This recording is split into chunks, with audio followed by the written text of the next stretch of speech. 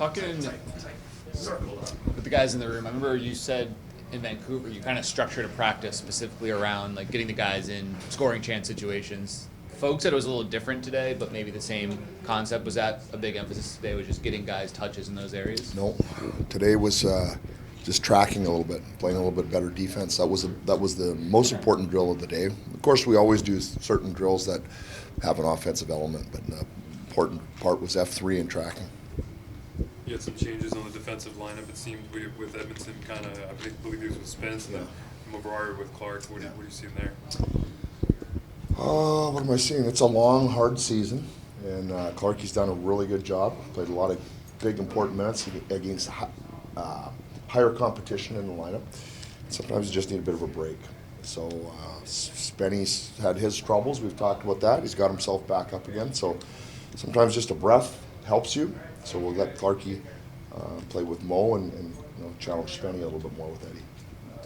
Is that kind of nice, I guess, for you guys to fall back on that those two played together last year with the rain? I know you saw them down the stretch in the playoffs. Yeah, I mean, Mo spent a lot of time with the rain, so he's played with a lot of different guys. Yeah, I mean, that's not the reason, but, we've been really, really happy with Mavari. We've talked about him quite a bit. He continues to just be a very solid defenseman, minimal mistakes, and that's why he's in every night. So whoever plays with him is a pretty good partner to play with because he helps clean up your mistakes and he doesn't put you in bad spots. With the Keel, looked like he was out there with Phil and Kevin. He's had maybe a tough go, hasn't gotten into maybe as much as we would have thought at the start of camp. Is it maybe an opportunity for him to be a guy who could come in and help shake things up a little bit? Yeah, I mean, when Akil's playing well, he's got lots of energy. He's a forechecker. He can really shoot the puck. He can make plays in tight. So when all those things are going for him, then he really helps us. And he's been out for a while. He's been a patient soldier. And so rather than just bring him in and maybe starting him on the fourth line, we felt like let's get some energy out of him. Playing with Phil and Kevin, it's a big role. And let's see where he can help us. Kind of talk about the offensive struggles. Last night you mentioned expected goals, and you talked about the differential being the most important part. Kevin Fiala is top 5 in that, but then his actual goal share is one of the worst on the teams. What are you seeing out of this game of late? Do we have any math majors? And we all know regression to the mean. Sometimes it takes longer than others. And I, honest to God, I've seen a whole season sometimes. You see, take it bigger than one player, you've seen some teams over the course of an entire season have a high shooting percentage, right, and a high saves percentage, and typically those things would balance out. They just don't.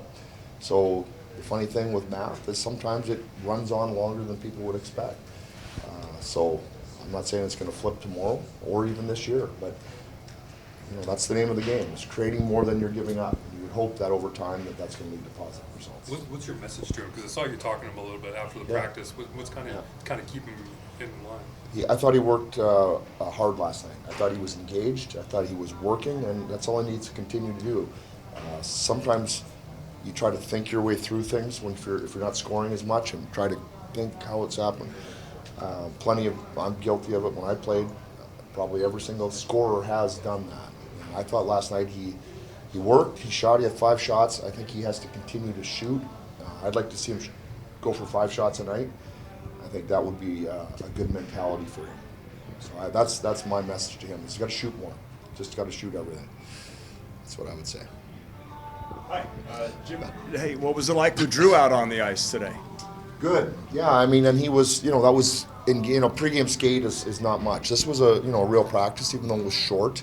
And I thought he did really well. I mean, we had some battles, some quickness where he had to defend. You saw him break up some plays with his stick. So I think he's gaining more confidence, and we'll just talk to the doctors and Kinger and make sure that we're following the right protocols. But he looks closer. And will you travel with him? Yes. Father's trip. So for no other reason than to hang out with his dad. Just get a sense of just having his energy out there. Would it changes just with the group naturally? Drew Doughty out there? I think so. I mean, he's never quiet. You know what I mean? He's got a lot of energy just personally. So I think guys miss that. But I think the other important part is he's in a red jersey, so he's not part of the team that's going to help you win tomorrow night. And I think there is a separation there. And I think as much as we all want him back, we know he's not there, and he's kind of off to the side a little bit, but it is good to see him.